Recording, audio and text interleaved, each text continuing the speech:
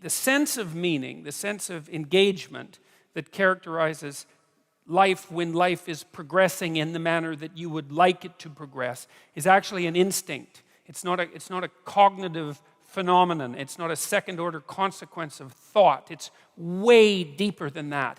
It's an extraordinarily profound instinct. And so that's really worth thinking about. Like, a meaningless life isn't meaningless. It's suffering and malevolence. That's not good.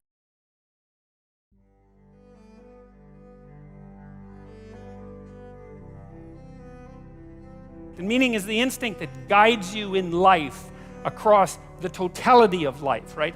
What's expedient, that's what you might want to do right now in an impulsive sense, right? Because you're driven forward by, anger or anxiety or frustration or disappointment or despair, some sort of one-eyed motivational monster that's got you in its grip that really isn't considering everything at once, right? Like considering your life tomorrow or your life next week or your family's life or maybe even your well-being half an hour from now, because you lash out in anger, and you can, people do that, it's understandable. Sometimes it's even necessary, but it's not wise generally.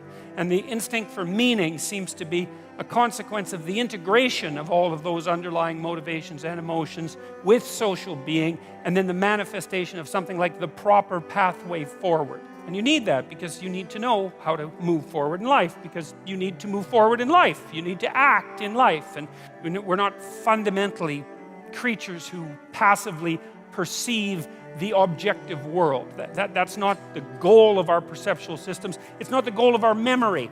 The reason that you have memories isn't to remember the past. The reason you have memories is so that if something bad happened to you in the past, you can figure out what it was that was bad, and you can figure out why it happened, and then you can not do it again in the future, right? It's very practical, and it's the same on the positive end of the spectrum. If good things happened to you in the past, then conceivably duplicating whatever you did to get those good things to happen could have them happen again in the future. So it's practical memory, and it's oriented towards action, and it's oriented towards like the quality of your life, not to the description of the objective world. So you need that instinct for meaning. You need it because life is really, really difficult. People have a rough time of it. There's plenty of suffering in life, and everyone is going to encounter it. You don't have to talk to someone for very long and really talk to them and get beneath the surface until you find, there's a tragedy or two or three or 10 lurking not very far beneath the surface. Someone in the family is very ill. There's a childhood history of extreme pathology, alcoholism somewhere in the family, maybe a touch of insanity, someone has cancer, an older relative is dying, there's financial trouble, there's economic trouble. It's like life is trouble.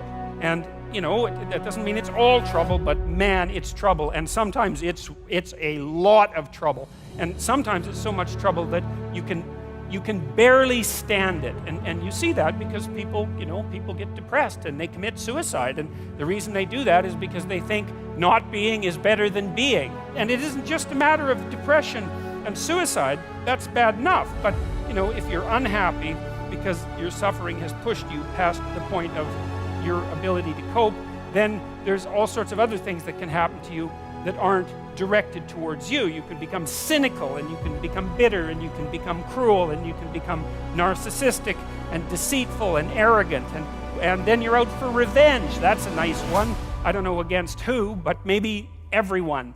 Maybe even including you, because you're not happy about the role you've played in generating your own misery. There's a lot of darkness underneath the suffering, and that's an ever-present existential danger for human beings. We're aware of the future, we're aware of our fragility, we're aware of our mortality. It's something that makes us truly unique, truly conscious in a way that no other creature is, and capable of things that no other creature can do, but also bearing an unbelievably heavy existential load. We're the only creatures that have to always contend with the fact that we're finite, and that everyone we know is in the same position, that allied with the suffering. And so that's there all the time. If it's true intrinsically that life has this unbearable element of suffering, which seems to be completely indisputable as far as I'm concerned, And it's worse than that too, because it's not just suffering, it's suffering contaminated with malevolence, right? It's bad enough to have something bad happen to you, and it's likely that that'll happen. But it's even worse for you to do it to yourself and to know that you did it. That's rough. And it's also extraordinarily rough to be betrayed by someone else or, tyrannized by your own culture. And that's not just suffering, that's like unnecessary and pointless suffering that's been directed at you by something that wants that to happen.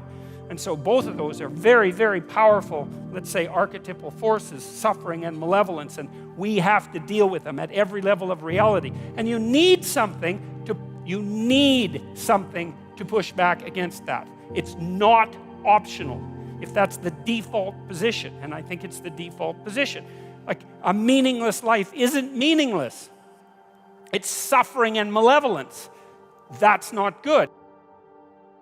If you want to know why totalitarian states take the brutal twists they take and why people are motivated to do the absolutely terrible things that they do, well, that's why, is that the suffering and the malevolence that's intrinsic to life overwhelms them, and they turn in a very bad direction, and then they make everything that's already bad way worse, and we're very, very inventive at such things.